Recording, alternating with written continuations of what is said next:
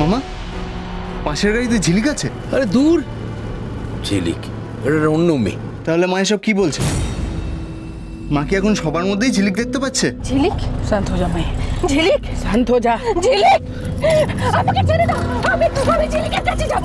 হ্যাঁ, আরে এটি পাগলামির লক্ষণ তো এটাই। মা সত্যি পাগল হয়ে গেছে।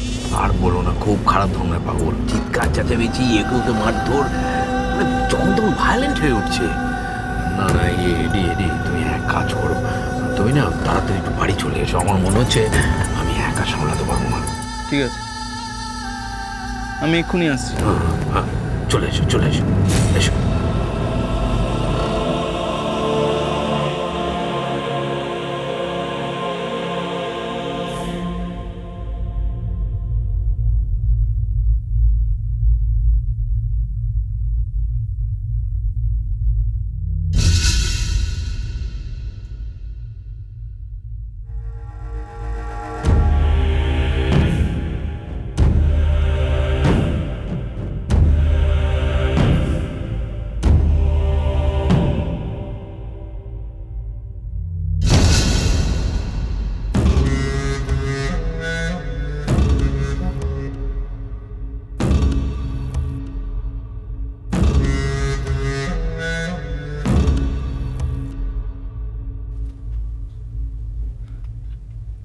আদিত্য,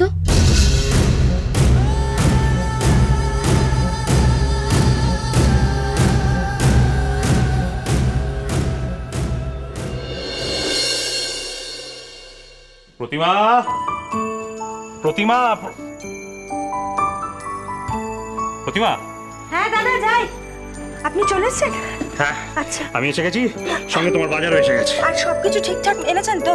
একদম সব ঠিক এনেছি, মানে ফুলকি যা যা বলেছিল সব এনেছি আমি।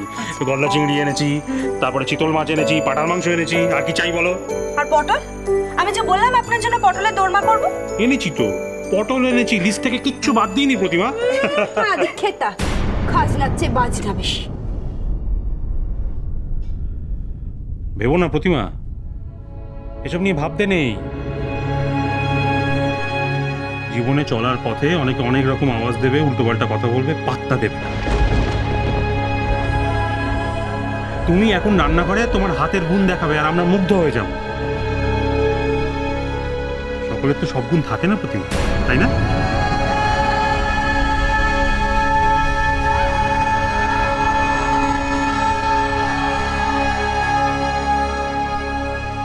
কেন এসব কথাগুলো বলেন দাদা? জানেন তো দিদিভাই রেগে যায়। তাও রাগলে রাখবে।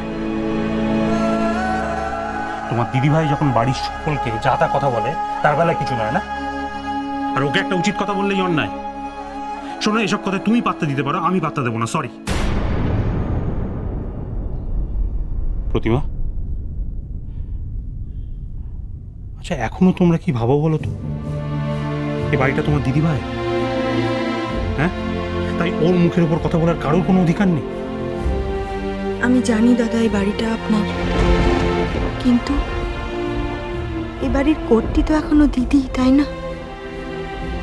ভুল, আবার ভুল করছো প্রতিমা।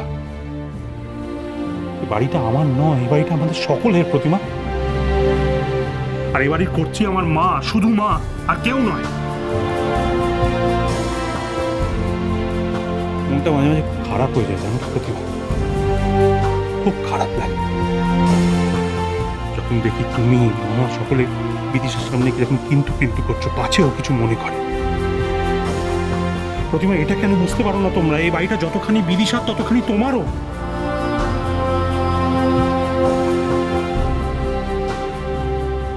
এখনো এই বাড়িটাকে নিজের বাড়ি মনে করতে পারলে না প্রতিমা?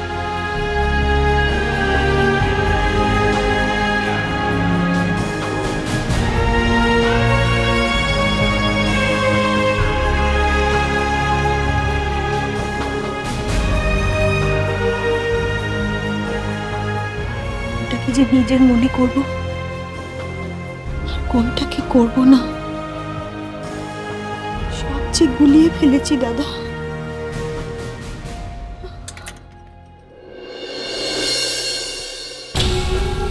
তা বললে তো চলবে না।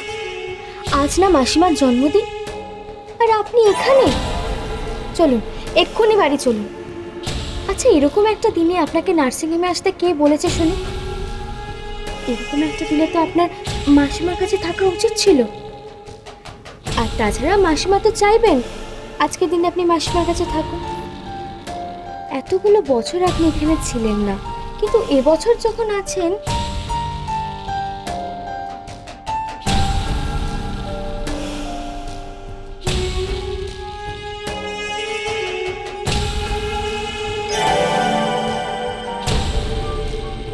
কিন্তু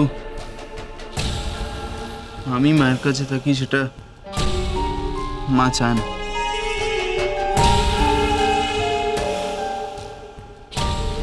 এরকম ভাবে বলছেন কেন?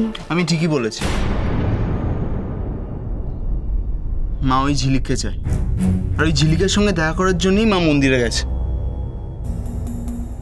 আজকের দিনেও মা আমার সঙ্গে সময় কাটাতে চায় না। মাসিমা মন্দিরে ঝিলিকের সঙ্গে দেখা করতে গেছেন? তার দেখা হয়েছে? না, হয়নি। আর তাই জন্যই মা আরো পাগলামো শুরু করেছে। আপনি কি করে জানলেন? মামা মায়ের সঙ্গে গেছে। একটু আগেই মামার সঙ্গে আমার ফোনে কথা হলো।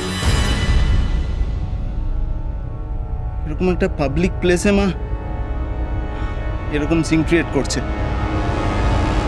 আমি তো বুঝতে পারছি না আমি কি করব। খুব বাড়াবাড়ি কিছু করছেন কি? আমি যেটুকুনি শুনলাম প্রচন্ড বাড়াবাড়ি। তাহলে তো কিছু একটা করা দরকার। কিন্তু কি করব? I am helpless. আপাতত ডাক্তারের সঙ্গে পরামর্শ করে একজন নার্সকে নিয়ে যাওয়া উচিত, মাসিমাকে দেখাশোনা করার জন্য। সেটাই আগে করতে হবে।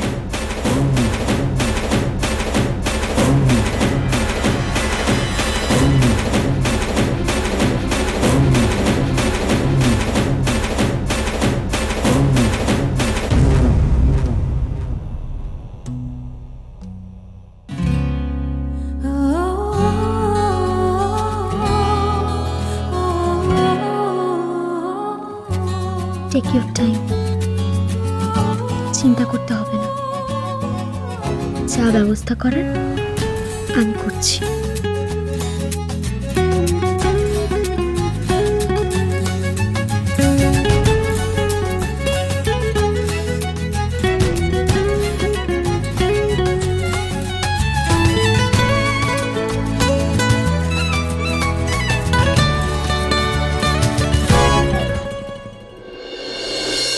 চলো চলো, তোদের কোনো ব্যবস্থা করতে হবে না। চলো, তোদের কাউকে কোনো ব্যবস্থা করতে হবে না, যা করে আমি করবো। চলো চলো, তোমার বাড়াবাড়ি আমি বন্ধ করে দেবো। আমায় ছেড়ে দে, ছেড়ে দে আমায়। চলো। ছেড়ে দে। কি হচ্ছে কি দিদি এগুলো? কি হচ্ছে কি? ছাড় আমাকে। ছেড়ে দিই, বাড়াবাড়ি করো। লজ্জা করে না? লজ্জা করে না তোর? তোর লজ্জা করে না? আমার সম্পত্তির লোভে আমাকে এইভাবে অপদস্থ করছিস? ছি, এতদিন যা করেছিস আমি কিচ্ছু বলিনি। লজ্জা করে না তোর এইভাবে অপদস্থ করতে? অপদস্থ কে কাকে করেছে দিদি? মন্দির ভর্তি লোকের সামনে ওর গানে চড় মারতে তোমার? আর তোমারও বলি হারি, পাগলকে পাগলা কারোতে না নিয়ে গিয়ে নিয়ে গেছে মন্দির। সব মিটেছে তোমার এবার? পাগল কাকে বলছো রানী? পাগল কাকে বলছো? কেন তোমাকে দিদি? তোমার কি এতটুকু সন্দেহ এখনো আছে যে তুমি পাগল নও? রানী, রানী, রানী।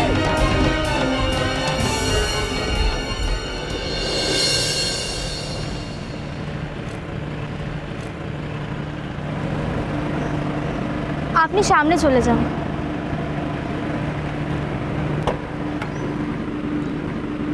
আসুন।